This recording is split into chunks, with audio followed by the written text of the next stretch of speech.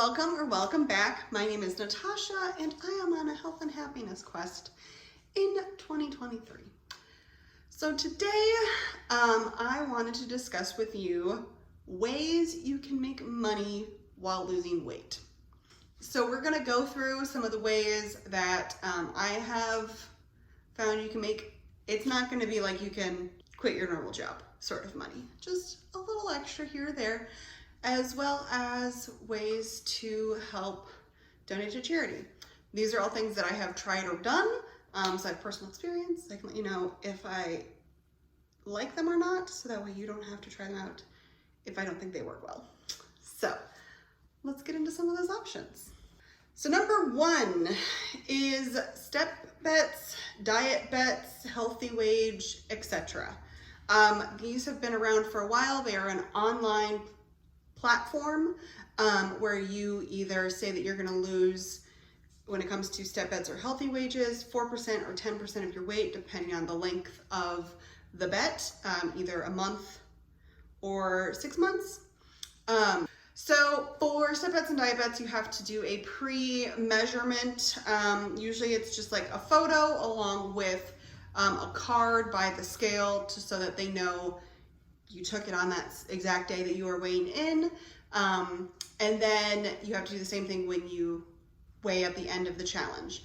If you're doing the longer term one, you have to do it multiple times to make sure that it's not like a sudden, you dropped it all in the last month situation. So I have done both a healthy bet and a diet bet before. There's some controversy as to whether they're like really all that great. You do technically win money. You don't win much money so what happens is you buy in for a certain amount of money. If you win, you cannot lose money. So if you meet your goal, but in order to have extra money and actually earn money, other people have to lose. So you're kind of betting on people failing, which isn't that great. And then even if you win and other people lose, some of that like prize pot money gets taken out to pay essentially healthy bet, as well as the celebrity like leaders of various challenges, because it's a way for them to make money. So even if you do win, you're not going to get rich off of it. You'll earn a couple bucks to maybe more than that, but again, it's not much. I think it can be beneficial to some people if putting money on making sure that you're sticking to your challenges, and your goals helps you. So that way, if you don't stick to your goals and you don't make progress over a month or 6, that you're going to lose that money. But I don't think you're really going to make a whole lot, no matter what you do.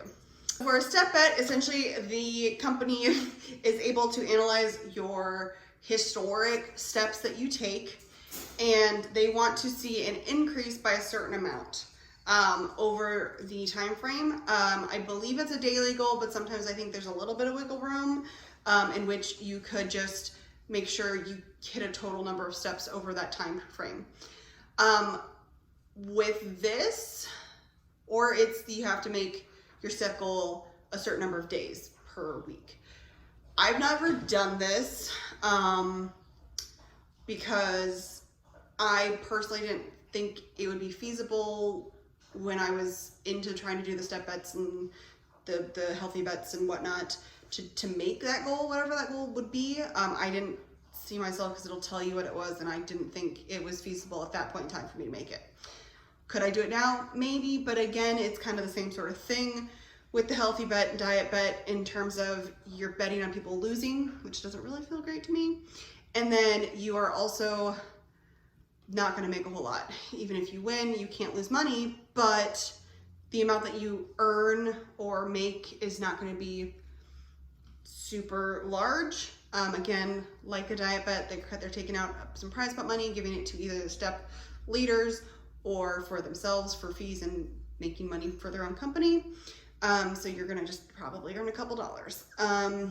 Again, it's another way to help you keep on your goals, because if you don't, then you might lose that money sort of situation. So if that works for you, give it a try. I've done it before and it's okay. I don't hate it, but I can't see myself doing them again going forward.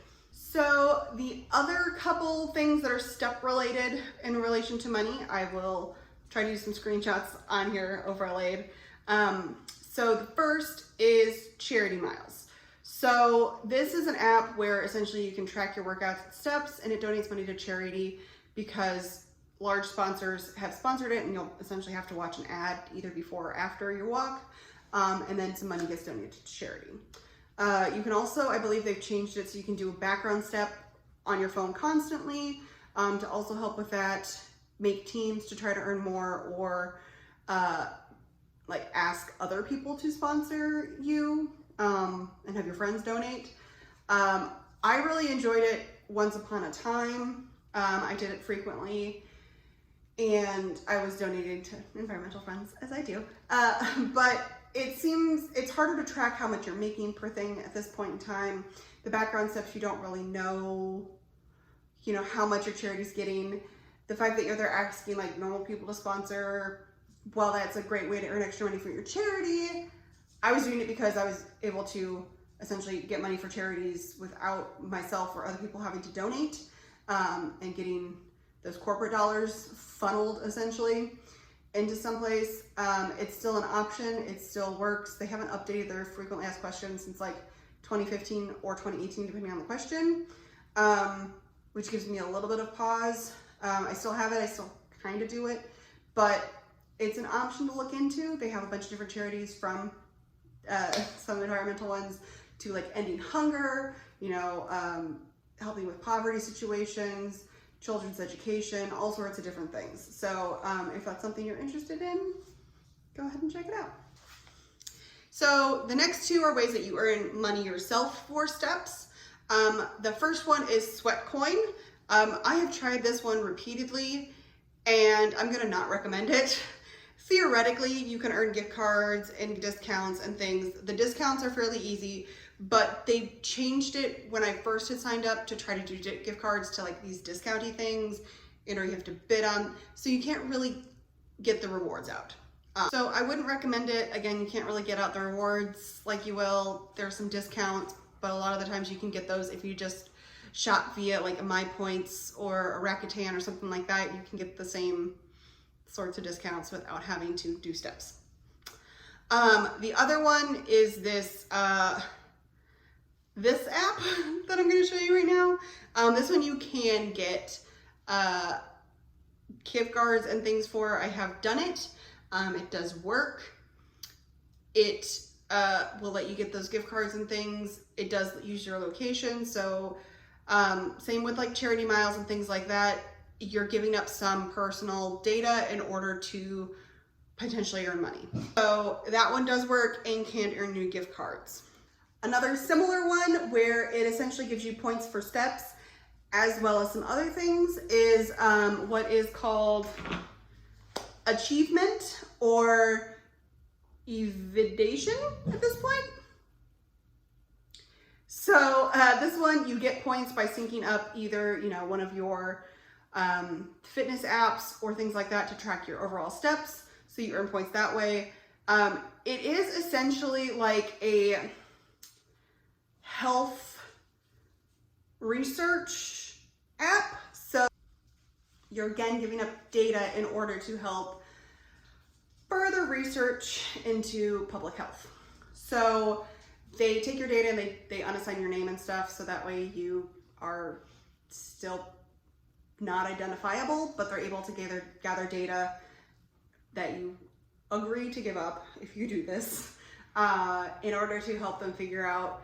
COVID trends was one of the things that they did, so you could do a daily survey on if you did or did not feel like you had COVID symptoms. They're currently doing one with the flu.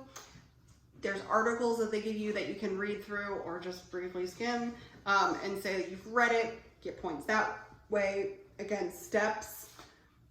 So it's kind of a way to get some basic